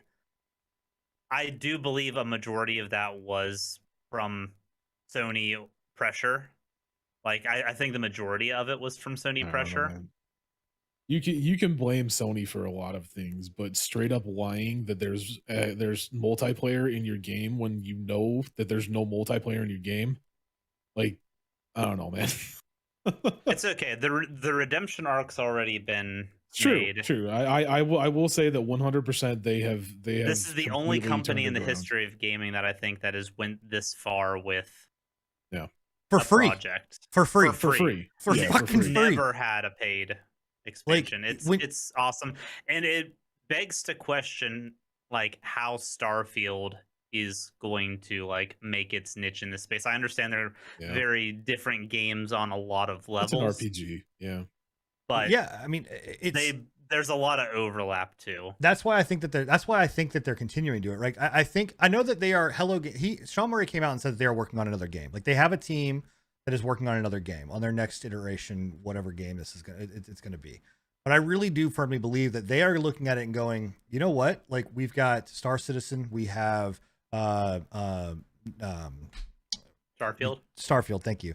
We've got Eve, we've got all of these games that are trying to do this, right? And they're just like, you know what? Let's just do little by little. And you're not seeing the full. So I want you guys to just take a second to look at what I'm looking at. Like, look at what I put on screen, and understand that there's still a row beneath this that you can't see because I don't want to edit the file footage. But it's literally, you're talking about 1, 2, 3, 4, 1, 2, 3, 4, 5, 5. So that is 20 fucking updates to this game.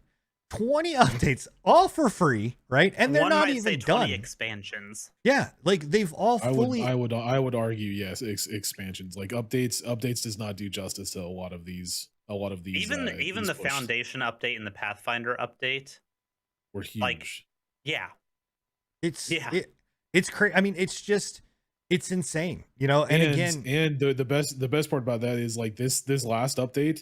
I think there was like 16 like large features that they brought out, right? And that's not even the biggest update that they're releasing it for the end of this year. They still have one update that's supposed to be a complete overhaul, essentially. Right. That's what I was saying. They're not done. Like they're nowhere close to being done. So I don't know, man. Like congratulations, No Man's Sky. People, you need to take. Obviously they fucked us with the very beginning, but they have completely turned that arc and completely just rotated that ship and made it. Like just take note, right? Like this is the way you do things.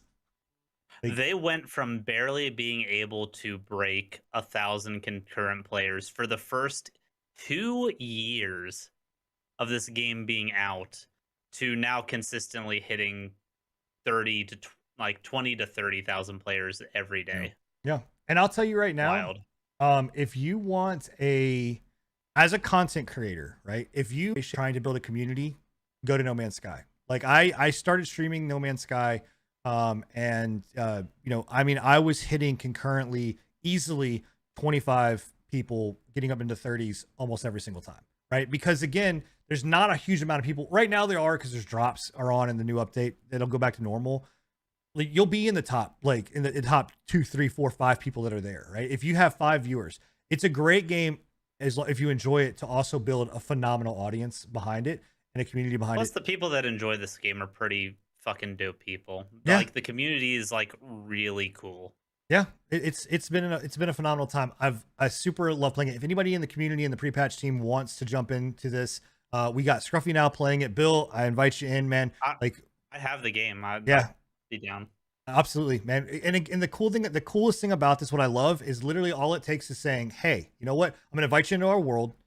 You can go do whatever the fuck you want. But you're still in our world. So you can still play. Like my son, we invited him and his friends. Him and his friends party up and do things, but they're in our world. So we can still find them. We can still see him.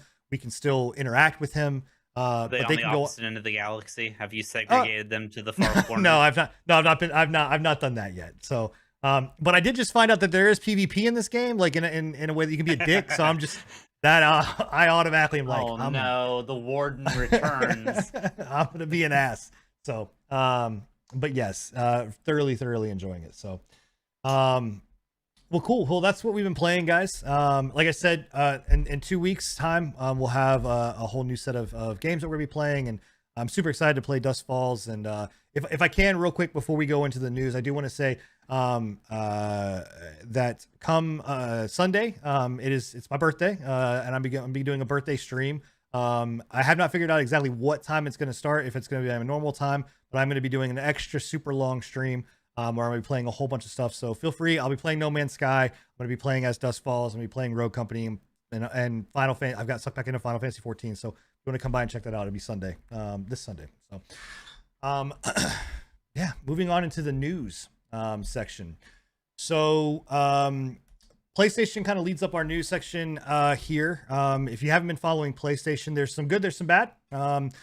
They have the acquisition for Bungie is now complete. One of the quickest acquisitions I've ever seen in quite a long time. I mean, that was from, I think it was only like 2 months, 3 months, right? Like that they had announced it. Pretty minimal red tape on that one. I think they had all of their affairs in order for a quick and speedy process. Yep. So that went through, and right off the back of that going and being completed, acquisition of another company took place. PlayStation acquired Repeat. So basically, if you are unfamiliar with Repeat, they are a organization that is heavily invested in esports and the esports platform. They are there for basically doing competitive gaming and setting up like different leagues and tournaments. So a lot of people are saying that this is a play for PlayStation to get even more firmly into like the live service styling games, where they're going to bring on these companies like this to be able to say, hey, on top of whatever Bungie's doing now with their next live service game, we're going to incorporate esports into it and make it a bigger thing, right? So that happened. Sony acquired Repeat. Sounds pretty dope, honestly. Like the esports scene's been struggling for a while, so I'm glad to hear that like the big power plays in the gaming community are like at least taking it somewhat of an interest. Well, I mean, Sony is definitely taking a foot in it because they also purchased Evo last year. Like, and that went kind of under the rug. Not a lot of people knew about it, but they picked up Evo, which Evo is the largest fucking fighting Fighting tournament. game. Yep. Period. So you know, I mean, I think it's a natural progression. Like, you know, the esports right now is pretty heavily dominated by the PC marketplace, and there's not really any good. You know, I mean, they have like Overwatch League, but let's be real, Overwatch League is a shambles. Call of Duty CDL is a fucking shambles. You know, you have ESL, which does Counter Strike, but if it's not League or Dota, like, is there like what other big League, Dota, Counter Strike.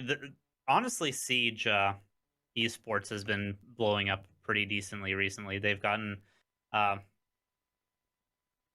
the Rainbow Six Siege esports scene in a pretty decent spot. It hits pretty high concurrently. Nice? Oh, good. But yeah, so you know, I'm glad that a company is as large as Sony is really starting to, you know, take interest in this and push it forward. Hopefully that will push it more and more, because I don't know if you guys remember, I'm a game battles baby, right? So like going on MLG, playing game battles, setting up game battles, setting up tournaments where I'd, you know, go on to Halo 2 and smash some kid, you know, and take his lunch money. That was my shit, right? That doesn't exist anymore, right? So you know, I'm happy to see something like this. The other side of the gaming of the PlayStation news is that there's a class action lawsuit that is filed against Sony for the PS5 defects that are going on. Bill, do you know more about? I mean, you're a resident PlayStation 5 owner. Do you know more about kind of what's going on with this? All I know is mine's smoking in the corner right now, but I think it'll be fine. I got a website to send you that you can log into. You just gotta go download more haven't- RAM, bro. You'll be fine. I I looked into it. It seems like the standard new console class action lawsuit. This is pretty common in the gaming space. Xbox 360 with the red ring had class action lawsuits. I'm pretty sure the PS3, Gen 1 PS3s had class action lawsuits because they were overheating. And that was what eventually led to them removing some of the components for backwards compatibility from those. So it just seems like par for the course. That Gen 1 console life, we've said it before, we'll say it again.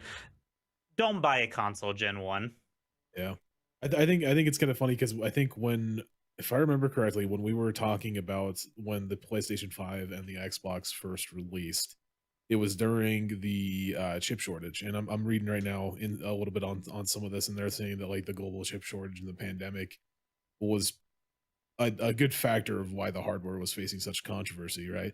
And I think that when we covered PlayStation, I had said the same thing. I was like, I guarantee you that because their chip shortages are happening and shit, they're going to be starting to take like corners on the actual production of some of these consoles.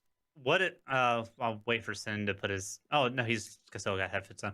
What exactly is defective on the consoles? So I was trying to read up what exactly was going on. The suit is basically that they hid the fact that there is a stability issues around their chip, and that there's a heating issue. So essentially, what's making the heating issue is known because they had to reduce the with them having to make do with the chips. They went with a smaller based chip, which also has a smaller based heatsink to it. So through testing, the majority of those were seen to be passable.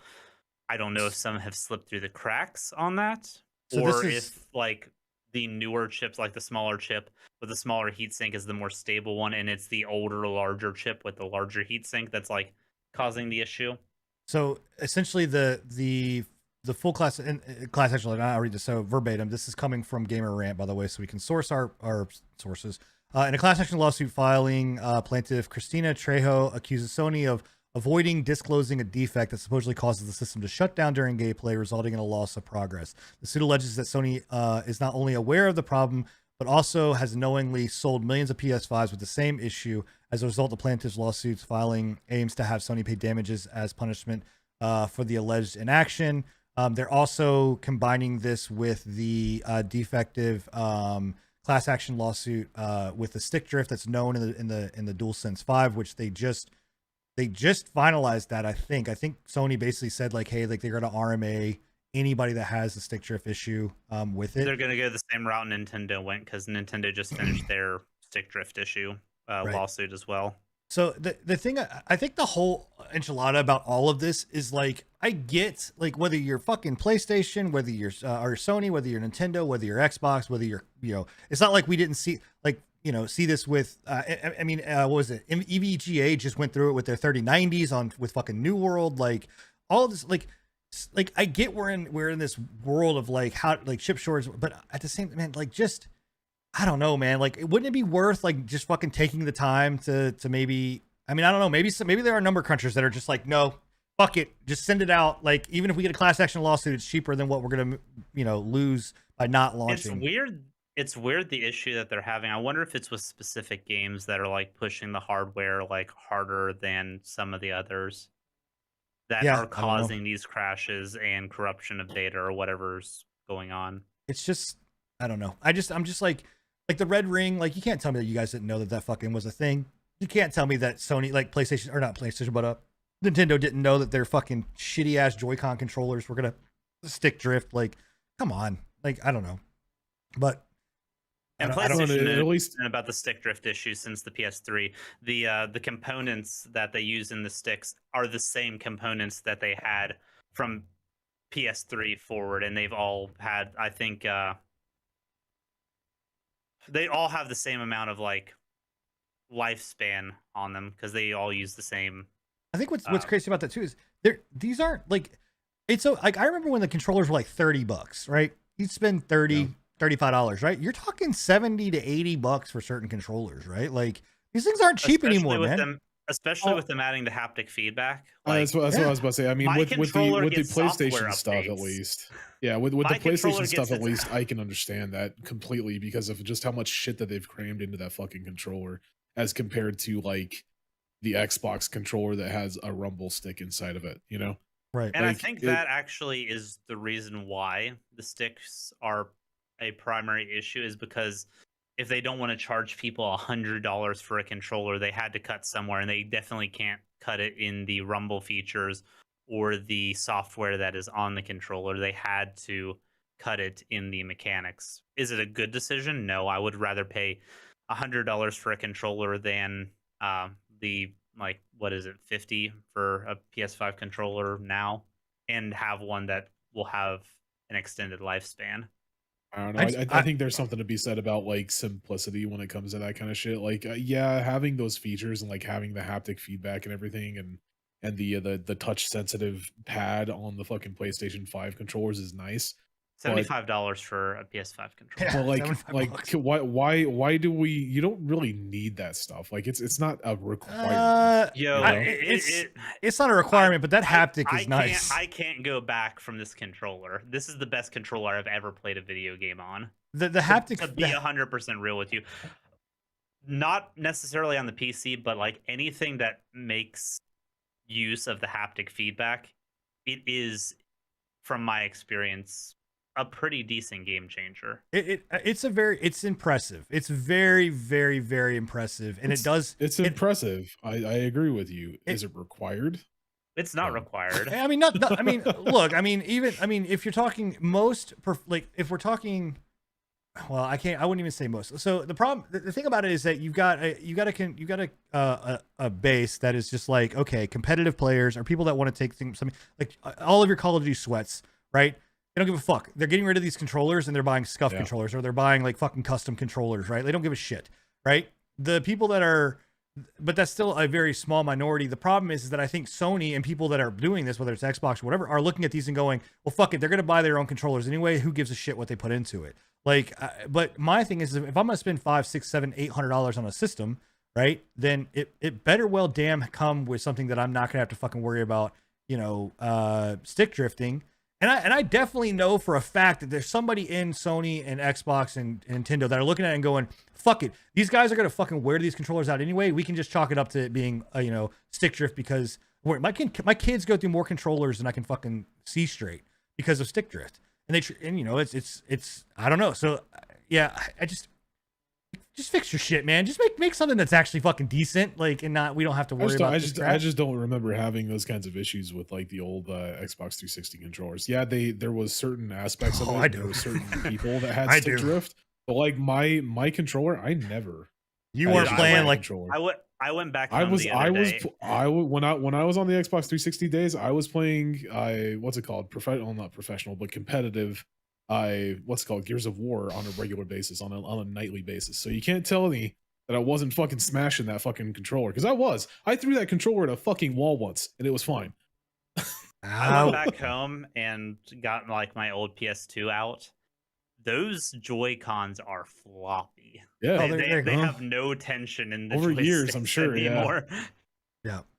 But It's- like you said, I never had to replace a controller based simply off of the joysticks going out. The only controller that I remember replacing growing up was a Nintendo controller. It was my GameCube controller. I remember Yeah. replacing the fucking N64 controllers left and right, And the because that fucking N64 stick controller, was 'cause that- bullshit, dude. Yep. That was the worst joystick Was the ever. But worst the fucking stick GameCube in the one wasn't world. that much better. The Yeah. yellow The joystick, the C C button, button, or yeah. whatever it was, that thing was garbage. Dude, I Yeah. remember I remember so many. I was so disappointed. In fact, it was Christmas fucking day, and I had gotten a Nintendo 64 game that I was super stoked to go play, and I have no idea how it happened. Whatever, went go pick up my controller, and literally the middle fucking stick goes boop right to the bottom. Yep. And I'm like, Yep. what the fuck, It's man? happened to all It of us, sank into the bro. controller. You couldn't. I'm just Happened like, to all of us, bro. this sucks.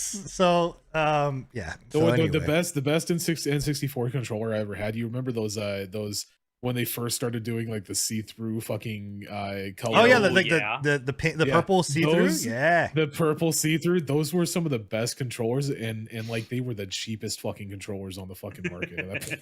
I'll tell you right now, if you go look up one of the best controllers of all time, it will be the Wave controller that was on the GameCube. Like the Wave, what was it called? It was like the Wave. I didn't never play the GameCube all that much. Fuck, I forgot. It's like Wave something, but it's like literally like the best fucking controller of all. Like voted as one of like the best controllers of all time. Now again, the PlayStation's up Yeah. there. Like I have switched over.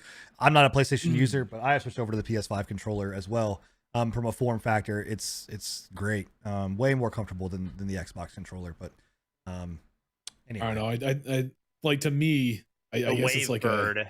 yes, I that's it. guess it's a situation of like my hands are a little bit bigger. Like the Xbox controllers always fit better in my hands than the PlayStation controller. Granted, I haven't used the PlayStation 5 controller, so I'm not entirely sure. But I don't know if you can Yeah. see, but here's a side by side comparison Yeah. between the two. It's significantly girthier than what the PS4 one was. And my cousin had the exact same issue. He preferred the Xbox controllers over the PlayStation for that exact Yup. same reason. Large Yup. hands. He felt like he was gonna crush it.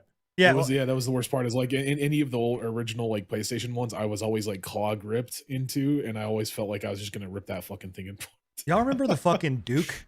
The damn big ass chonky fucking Xbox, the original Xbox Yes. controller. That motherfucker. Yes. Holy Loved fuck, that those was the controllers, most. bro. That was the most uncomfortable controller ever, bro. That thing was. I so love fucking- that controller, bro. That thing was You fucking got tiny terrible. hands, don't you? No, you got I tiny don't. fucking hands, don't you? Anyway, all right, moving on. So someone that doesn't have tiny hands is Unity, because they just merged with another company. And usually we wouldn't really talk about this as it being a big deal, but they only merged with, I don't know, one of the largest malware installers in the fucking industry. So they merged with a company called Iron Source. And if you don't know Iron Source, basically they bring a proven record of helping creators focus on what creators do best. This is what the Unity statement reads: bringing great apps and user experiences to life while enabling business expansions in the app economy. What they're also known for, another reasoning, is it developed a thing called Install Core, which is a wrapper for bundling server software and installations. And if you search the Install Core program, it's going to send you to a link to a third-party site URL that basically ended up installing a shit ton of malware fucking to your system. If you've ever went and installed anything and it bundles McAfee or what's some of the other there's like anything like that, driver support or whatever, like anything like where you have to go and unclick a box because it's going to auto install like a sub program with whatever you're trying to install. That is Install Core. Now, for a little bit of clarity's sake, Install Core itself isn't like this company isn't responsible for the spread of the malware. It's just their Their technology executable that is being installer. Yeah. used to spread the malware.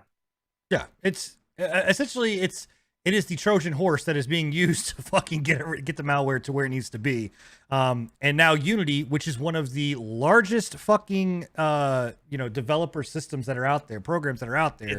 I think it's second only to Epic's Unreal game engine. But that's Unreal? that's only just in the Unreal 4 is what pushed it over the edge, because before it was just Unreal was difficult to use. Unreal 4 changed a lot. Unreal 5 has obviously made it even easier, but Unity is still a very big go-to.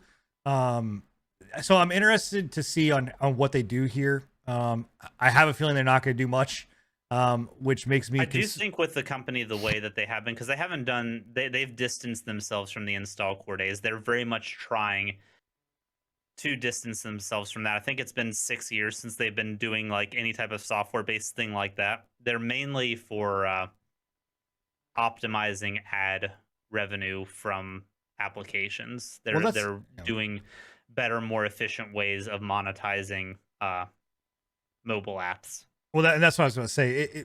From the article that I'm reading here again, this is from PCGamer.com.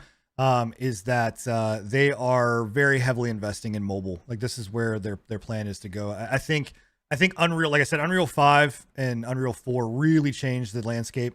Unity used to be kind of the go-to, and now Unreal has taken its space. So I think Unity is just kind of going, you know what, we're going to go into the mobile world and go that route. So, but interesting. Just be mindful of what you're installing on your phone.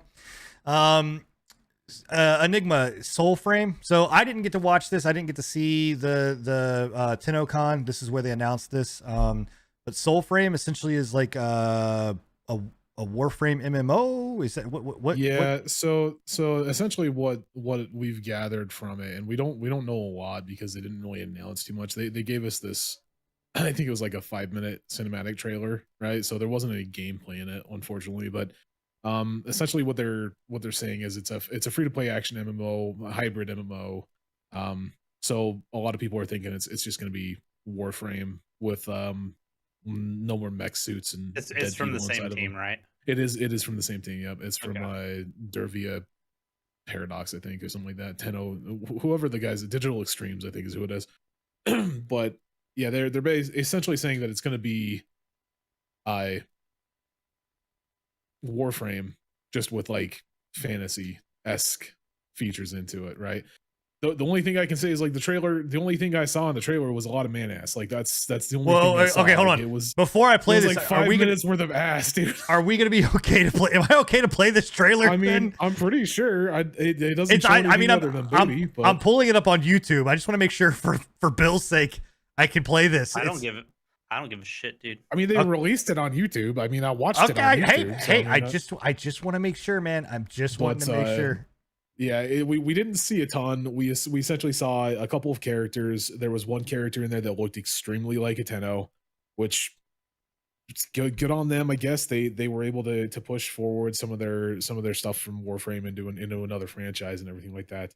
I don't know. I'm kind of excited for it. I like Warframe. The one thing that I'm a little worried about is I'm hoping that it's going to go down more of a traditional like MMO route and less down a Warframe route, because I can't play Warframe because it gives me a fucking migraine. Right? The game is super fast, dude. And it's how much shit is on the screen, how much flashing is on the screen, how much Twitch, gameplay you have to do inside of Warframe. It gives me the worst migraine of any game I think I have ever fucking played. Which is sad because it's a great game. Is this in the Warframe universe? Like, is that where this is? No, I don't think it is. No, I think this is in a completely different universe. That was brutal. You just bashed that dude in the face. Yeah, he just bashes the guy in the head. So again, like I said, it really screams Warframe when you look at it. Like the character that we just saw with the helmet, the weird helmet, screams Tenno, right? It screams Warframe. The human that was there screams the Warframe humans. It gives me a very Elden Ring vibe almost. Yeah, and that was one thing that I was about to say is like this. A little bit of Ark too, honestly. Like, I don't know what they're gonna go down, but if they go down more of like a more of like a Dark Souls esque. This might be something that you might want to look into. Their Billy Boo. Did we Yeah, get I've got any my eyes game? on it. Was there any gameplay, or is this all just No, this is all just a cinematic trailer. They haven't released any gameplay. We don't know what the gameplay is going to look like. They're all about some So. crack, man. They are just all about the booty. All right. Yep. Like I said, a Interesting. lot Okay. of booty.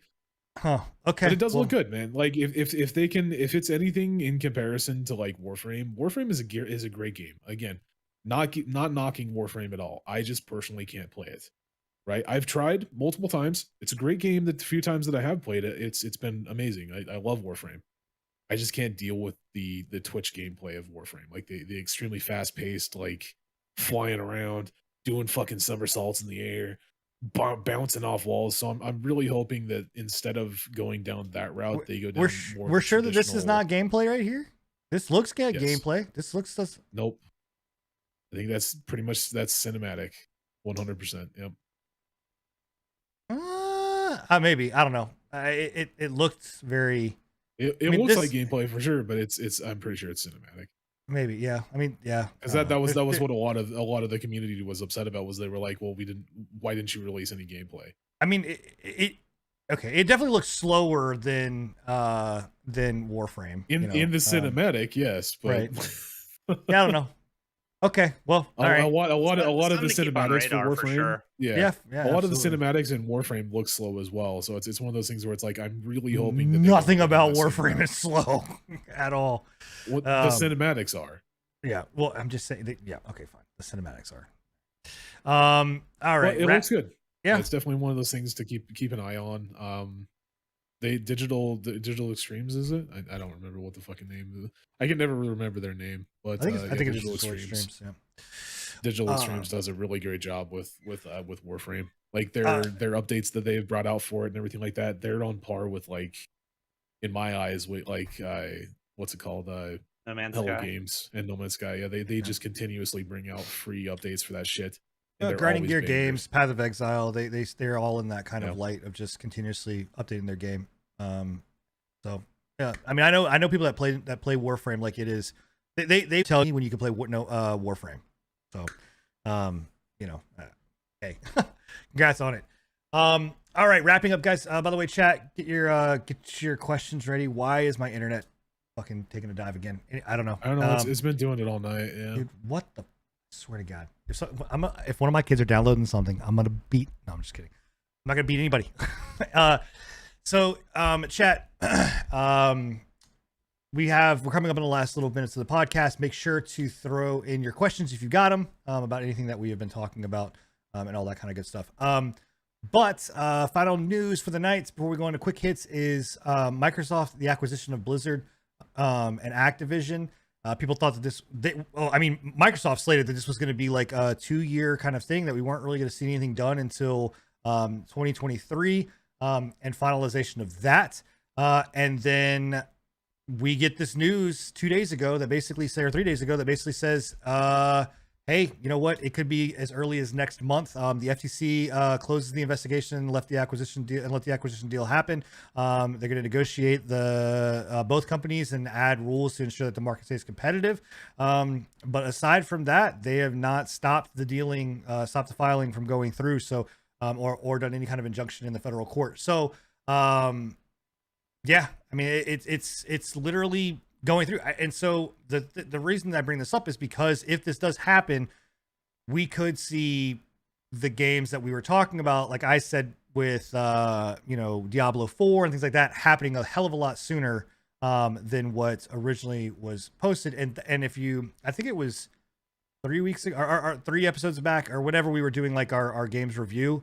I said that I 100% think that Diablo 4 will come Q1 of this year, which would be February, March. I don't know, man. I'm just saying even with the acquisition going through, even if the acquisition goes through by next month, I still think you're going to get a delay on Diablo 4. I think they knew that the acquisition was going to go through a lot sooner. I think that's why they pushed it to the game show.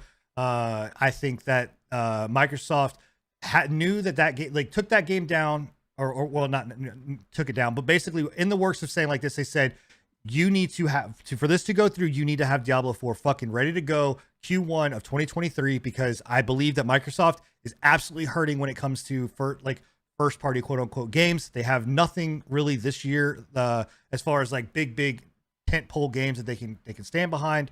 And so I think that they told Activision, get your shit together. I think Diablo Immortal was a lot of testing to make sure that this shit was going to work for Diablo 4 when it comes to server capacity and the way that the multiplayer would work and things like that. I firmly believe Diablo 4 will be Q1 of next year. So we will see. And pushing I into hope it does. I need really to, good. I fucking need it. I want it. I want to have it. I want to have it because I refuse to play Diablo Immortal. And speaking with Diablo Immortal is adding class changes. They basically, the community uproared because it is a buy to win game. We all know it's pay to win. And your whales were getting super pissed off because there was not enough in game there, and so they were like, well, I don't want to be able to I don't want to have to pay all this money to have my character, and then I have to change, and if I get another character, I got to pay money again to get them to where they need to be. So essentially they're implementing a class change that you can do that once every 7 days for free, or you can pay $35 to change your class every single time that you want to do it. So, but it is at least every 7 days for free. So that's an interesting. So wait, they're saying that once every how many days? Once like a week. 30 days? Once a week. Once a week. Yep. You can change your entire class. Like so Entire class. If you're playing like a demon hunter, you can change over to like a necromancer. Yep. That's interesting. That's never been done. Diablo Yeah, ever. I've had Internet. It's like fucking. Yeah, it's never been done. So I don't know. That's kind of crazy. a Diablo 4, it'll be the other way around. They'll make you fucking charge. They'll charge you for it. Yeah. I doubt Diablo 4 will have it. I think they're doing it just because of the fact that this is like a massive, pay to win game. Pay to win. Yeah. Yeah. So I would be very shocked if it's a Diablo 4. But Diablo 4 news, you can get into the beta, guys, if you want to go get a tattoo. You can head out to LA and apparently London, because they leaked that one too. Go out there, grab one of their little emblems, get a tattoo, get beta access. This is bullshit. Like, I just want to put that out there. This is bullshit.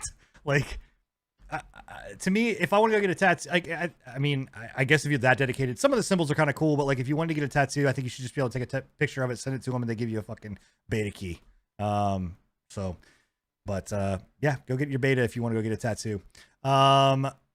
You can also do this is a lot of Activision news. WoW is implementing a flexible gender flexible characters. Basically, during your character creation, you can select, if I'm not mistaken, I want to make sure I get this right, because I don't want to speak wrong about this. Hold on. It was while I'm looking this up, I'll also talk about this, but Discord is also coming to is out now, available on Xbox. Yeah, Is it out currently? Yep. Yeah. Yep. You can officially be on Discord and on Xbox. That's wild That's to cool. me, because they announced their partnership with PlayStation months ago, and it's still not available on PlayStation. Yeah, I'm actually surprised that it's not on PlayStation. I'm surprised that Discord's not on fucking consoles. Period. Like I think it's Like I said, they announced they used the word partnership, which maybe they're working on like a little bit more of a in-depth infrastructure on the PlayStation consoles instead of just like Discord voice, but it's still not available, which is wild considering Xbox just announced it and it's on now. So yep, it's on. I'm hoping that when it comes to PlayStation, it's something more robust, like a full Discord client integrated into PlayStation. That would be the only thing that would make this make sense. Do we know what it is on Xbox? Yeah. Is it its own fucking like full? It's a full experience. Yeah, it's a full experience. That's cool. That's dope. They've integrated that's one thing that I never understood about some of that shit. Like I remember when they did like Razer tried doing it on one of the consoles, and it was just like some janky ass fucking play at trying to get on there, and I'm like, I don't understand why they can't just load the fucking full thing. It's nothing on a console's UI or not UI OS is going to stop you from being able to load separate complete modules for something like that. I don't understand it. Yeah, so essentially it's up on the it's one of the sidebar things. It says try Discord voice. You scan a QR code, you log into your Discord account, it has you link up your Xbox and your Discord together, which I'm assuming you probably do on the PC app as well. And then you basically open up a client that allows you to join voice, which essentially is a channel, right? So it's a Discord channel per se. So you're not getting your full Discord experience. Like, you're not going to be able to log into your servers and things like that. But you can open up a temporary channel and then bring your friends into that channel and stuff. Correct, like that. which is 1,000 fucking times better than what the Discord, the community or the Xbox fucking comms app. That shit Teams or whatever it was. sucks, man. Same thing with the PlayStation. So bad. PlayStation voice chat. Yep, it was so bad. So, but that is up and running as of right now. You don't have to be any kind of beta program for that. Okay, so the Blizzard news. So what they're doing is basically they're removing male and female from the designation, and they're replacing it with body 1, body 2. And that is what they're doing. That's an alpha, the alpha stuff right now in Dragonflight. Players will also be able to choose between the 2 body types when creating a new character or when visiting a barbershop. The barbershop feature has been around for some time, but you've never been able to change like your body type, and now you will be able to. So that is there as well. Interesting. Yep. So that's it, guys. Episode 62 is in the bag. I don't think we had any questions from chat, if I'm not mistaken. I don't see anything in there. But that's it, guys. Like I said, episode 62 wrapped it up. I think Scruffy, you missed a really great one. I hope your fucking rave concert with all your buzz balls and 8 bills and 8 balls and whatever is doing great. I hope you're so but thank you guys all for hanging out here. Thank you guys all for showing up. Again, reminder, to keep us in that top 200, we want to break the top 100, then we're going to break top 50, then we're going to be the #1 fucking podcast on Apple when it comes to gaming. We need your participation, and to do that, you need to go to anchor.fm/prepatch podcast. Check out all of our links there. You can click us on Spotify, you can click us on YouTube, you can go to my our channels on Twitch, you can go to Bill's channel over on hey man, we're everywhere. MySpace, bro. We're going fucking to MySpace everywhere. right now, man. I'm We're gonna fucking upload that shit to everywhere. MySpace I need to rework my HTML for my custom background. Yo, remember that? Bro, like why can't they bring that shit back? Like, remember how many fucking viruses were on fucking MySpace? Oh my god. Yeah, but it was man. Like, you No, never knew what you were gonna get when you had loaded your the site HTML up. backgrounds. You had your intro song whenever people visited Yeah, your man. channel. You could have a playlist set up. It was bad. Bro, my MySpace was dope, bro. My MySpace was dope. It was terrible. Anyway, guys, we're out of here. My internet's bouncing. I'm pretty sure my kids are downloading something, and I'm just gonna go figure what that is out and go take. Okay, we don't condone the abuse of children on the Pre-Patch podcast or our channels. So you want to know, you can go after a Enigmatical Gaming TV. Go after him. So. But discipline on the other hand. Right, discipline. Firm. So I'm gonna put him in fake handcuffs. All right, guys, y'all have a wonderful, wonderful evening. We will catch you guys in 2 weeks, 10:30 p.m. Eastern, right here across all of our channels for episode number 63 of the Pre-Patch podcast. Y'all have a wonderful, wonderful night. See you guys. We are out. Bye. Deuces.